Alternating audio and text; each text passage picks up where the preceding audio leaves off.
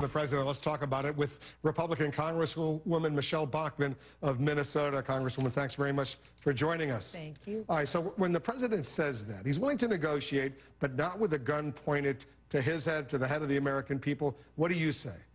Well, what I say is that the president hasn't been willing to negotiate. We want to. We've sent bills over to the president. We've said, let's sit down, let's have conferees come together, and it hasn't happened. I met with all of the Republican women in the House of Representatives today, and we're putting a letter together to the president. We come from very wide, broad backgrounds. We want to sit down with the President of the United States, too. We've got a lot of great ideas on how we could solve this problem. So we're happy to take him up on negotiating. He's just saying that maybe he'll sit down and have a beer summit, but he's not interested in deviating from his position. We think that we can get to yes. That's what we want to do with the president. He says he's willing to negotiate on all of these issues, including health care, but first make sure the government shutdown ends and raise the debt ceiling. Then everything can be worked out down the road. That's what he says. Okay, so let's pull that apart. The president's saying fully fund the government. Don't negotiate on any of the programs, on how much we're spending, and then keep giving him all the money that he wants in order to keep spending. So then what is there left to talk about? Well, he's saying that they're willing to fund the government at what the Republican, the Paul Ryan level of spending, not what the Democrats wanted. That already represents a major concession. Well, there is no major concession because what's called the sequester levels, the level of spending that we agreed on that's actually saving money for the first time 2 years in a row since the Korean War. This is working for the American people. And he accepts that as part of this temporary continuing resolution. And we say, that is great. But the president is saying, I'll negotiate after you give me everything I want. Well, then what is there left to negotiate on? The only thing he's asking for is that there be no government shutdown and the debt ceiling is increased. That's everything. Why is that everything? Isn't that your job? That's everything. To fund the government and to make sure the U.S. does not go into default? Well, our job under Article 1 of the Constitution, we hold the purse, so to speak. We hold the credit card for this country. We're the ones who make the decision in the House of Representatives. The most powerful part of government was meant to be by our founders, the House of Representatives. We're the closest to the people. We're elected every 2 years. We're the ones who decide how much to raise taxes or lower taxes. We decide the spending. That's our job. But you need the Senate as well, and they disagree with you. Yes, we do. We do need the Senate. You can't do it by yourself. You have to be willing to work together. Spending originates in the House. And that's true. also taxing, and that's our job. But the Senate has to approve it. After you finish your job, the Senate has to approve it. They're not willing to do what you want. But in the meantime, there's 13 days left, for example, till the debt ceiling has to. You appreciate what would happen to the U.S. economy if the debt ceiling were not increased? I'm a former federal tax litigation attorney. I absolutely appreciate and understand what will happen. That's why I signed a bill. So if Boehner puts a bill, if Boehner puts a bill out there to raise the debt ceiling without any strings attached, will you vote for it? That's why I signed a bill that is the Full Faith and Credit Act to make sure we never, ever default. The markets need to know that under no circumstances will the United States government default. No Republican will be willing to allow the government to default. So you won't allow it to default on October 17th.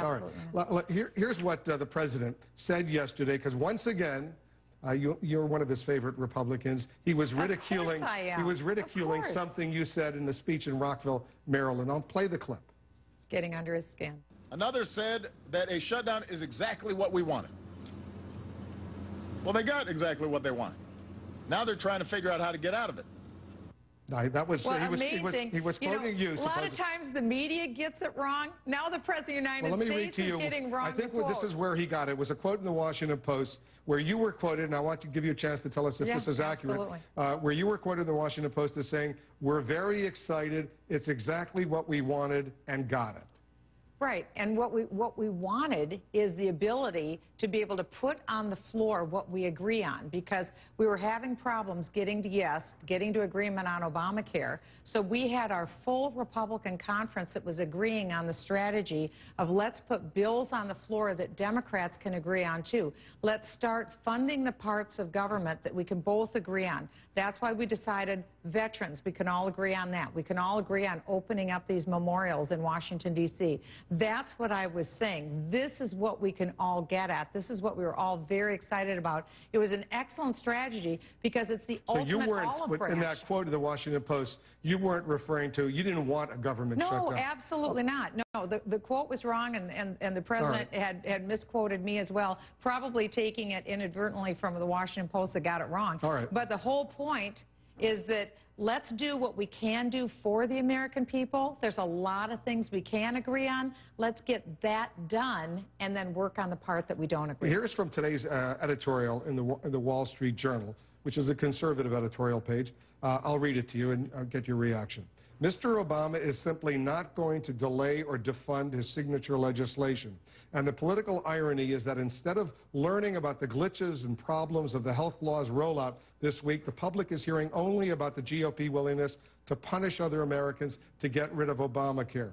The Cruz Republicans, Ted Cruz, the senator, the Cruz Republicans have helped Mr. Obama change the subject from his faulty program to their political tactics.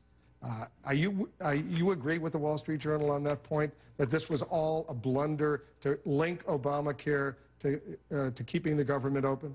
Absolutely not, because all we've seen is a disaster of the rollout of the president's plan. But a lot of people haven't focused on that because the shutdown has bypassed that. All you have to do is go to the Facebook page of the official site for the health care exchange and look at the comments from single moms, from minorities who are saying, I can't afford this health care bill. It took me 3 days, maybe 60 hours worth of trying to finally get on. When I got on, I found out that I'm making $8.55 an hour. I can't afford this insurance. My insurance was cheaper before I got to Obamacare. That's not Michele Bachmann. That's the people who are going on the site. This is a disaster, a rolling disaster, and that message is loud and clear. Particularly it was loud and clear maybe on the first day. The second day, third day, fourth day, it's sort of quieting down right now. Not at all, because the disaster continues to roll. As a matter of fact, now we know that something like over 2,000 people's Social Security numbers have been breached. That happened in Minnesota before. We had over 1,000 Social Security numbers that were breached. People are very nervous about the privacy.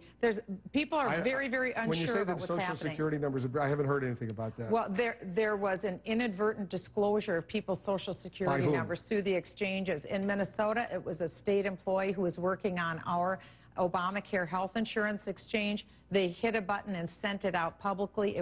The information wasn't secured or encrypted, and well over, I think it was over 1,600 Social Security numbers were dispersed. There's another report of another over 2,000 that were also dispersed as well. Privacy is a big issue for Americans. It'd be for you, it would be for me. No one wants their Social Security number disclosed. That's what people are worried about. Plus, one of the health sites on the Health and Human Services has gotten hacked into. So these are the kind of things that are continuing to happen. It's a disaster rollout, and we're going to keep hearing more about it. And we're going to keep talking about it. I look forward to it. Michele Bachmann, the Republican Congresswoman from Minnesota, thanks for coming back. Thank you.